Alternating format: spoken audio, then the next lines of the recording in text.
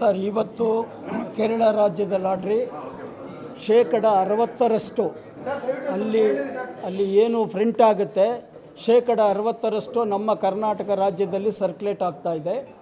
ಅದರಲ್ಲಿ ಈಗ ತಮಗೆ ಗೊತ್ತಿರಬಹುದು, ಮಂಡ್ಯ ಜಿಲ್ಲೆ ಈಗ ಹಾಟ್ಸ್ಪಾಟ್ ಆಗಿದೆ.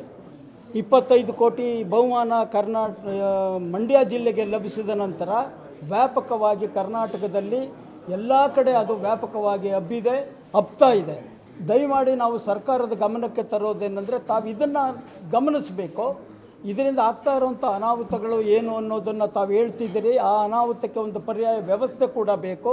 ಕರ್ನಾಟಕ ಶಾಸನಬದ್ಧ ಲಾಟ್ರಿನ ಜಾರಿಗೊಳಿಸಿದ್ರೆ ಮಾತ್ರ ಇಂಥ ಅಕ್ರಮ, ಈಗ ನನಗೆ ಲಾಟ್ರಿ ಬೇಕು ಅಂದರೆ ನನ್ನಲ್ಲಿಲ್ಲ ಅಂದರೆ ನಾನು ಬೇರೆಯವರಿಂದ ಪಡಿತೀನಿ, ಆ ವ್ಯವಸ್ಥೆ ಇವತ್ತಿದೆ.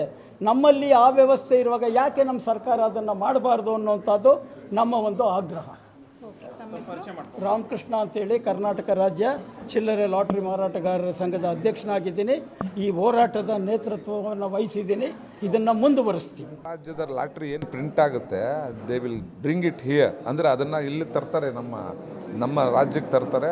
ಅದು ಅಭಿಹಿತವಾಗಿ ಅದು ಸುಮಾರು 20 ವರ್ಷಗಳಿಂದ ತರ್ತಾರೆ. ಅವರು ಒಂದು ಪಾಯಿಂಟ್ ಇರುತ್ತೆ, ಇಲ್ಲಿಗೆಲ್ಲ ಸೇಲ್ ಮಾಡೋ ಪಾಯಿಂಟು. ಅಲ್ಲಿ ಜನಗಳನ್ನ ಅದಕ್ಕೆ ಅಟ್ರಾಕ್ಟ್ ಮಾಡ್ತಾರೆ, ಸೇಲ್ ಮಾಡ್ತಾಯಿದ್ದಾರೆ. ಯಾವ ಜಿಲ್ಲೆಗಳಲ್ಲಿ ಜಾಸ್ತಿ ಇದೆ? ಇಂಥ ಜಿಲ್ಲೆ ಅಂತ ಇಲ್ಲ ಸ್ವಾಮಿ ಮೇಡಮ್, ಎಲ್ಲ ಜಿಲ್ಲೆಗಳಲ್ಲೂ, ಅದರಲ್ಲೂ ಬೆಂಗಳೂರಲ್ಲಿ ಅತಿ ಹೆಚ್ಚಾಗಿ ಆಗ್ತಾ ಇದೆ. ಯಾಕೆ ನೀವು ಕಂಪ್ಲೇಂಟ್ ಕೊಟ್ಟಿಲ್ಲ? ಕಂಪ್ಲೇಂಟ್ ತುಂಬ ಕಂಪ್ಲೇಂಟ್ಸ್ ಕೊಟ್ಟಿದೆ, ತುಂಬ ಕಂಪ್ಲೇಂಟ್ ನಮ್ಮ ಸಂಸ್ಥೆಯಿಂದ 100 ಕಂಪ್ಲೇಂಟ್ ಕೊಟ್ಟಿದೆ. ಅದಕ್ಕೆ ಸಾವಿರಾರು ಪೇಜಿನಗಳಷ್ಟು ದಾಖಲೆಗಳೇ ಇದ್ದಾವೆ. ಅವ್ರು ಕೊಟ್ಟಿರೋ ಇದೇನೆ.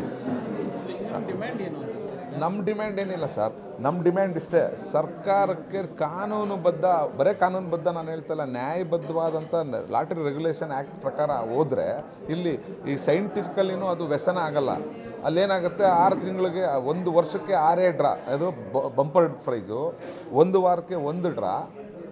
ಈ ರೀತಿ ಬರೋ ದುಡ್ಡುಗಳೆಲ್ಲ ಲೆಕ್ಕಾಚಾರನೂ ಸರ್ಕಾರದ ಆಧೀನದಲ್ಲೇ ಇರುತ್ತೆ. ವ್ಯಸನಕ್ಕೀಡಾಗೋದಕ್ಕೆ ಜನಗಳಿಗೆ ಅವಕಾಶನೇ ಇರೋಲ್ಲ.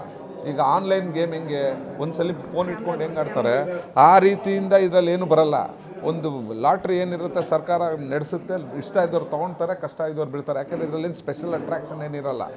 ಆಗಿದ್ದಾಗ್ಯೂ ಸಹ ಸರ್ಕಾರಕ್ಕೆ ಸಾವಿರಾರು ಕೋಟಿ ನ್ಯಾಯಬದ್ಧವಾದ ಮತ್ತು ಕಾನೂನುಬದ್ಧವಾದ ಆದಾಯ ಬರುತ್ತೆ. ಆ ಆದಾಯದಿಂದ ಇವತ್ತು ಎಷ್ಟೊಂದು ಸ್ಕೀಮ್ಗಳಿಗೆ ಸರ್ಕಾರ ಮಾಡ್ತಾ ಇದೆ. ಆ ಶೈಕ್ಷಣಿಕಕ್ಕಿರ್ಬೋದು, ಗ್ಯಾರಂಟಿ ಸ್ಕೀಮ್ಗಳಿರ್ಬೋದು, ಮತ್ತೊಂದಕ್ಕಿರ್ಬೋದು, ಎಲ್ಲದಕ್ಕೂ ಜನಹಿತ ಕಾರ್ಯಕ್ರಮಕ್ಕೆ ಉಪಯೋಗಿಸ್ಕೊಳ್ಬೋದು. ಅದರ ಖಂಡಿತವಾಗಿ ಕೋರ್ಟ್ ಮೊರೆ ಹೋಗ್ತೀವಿ.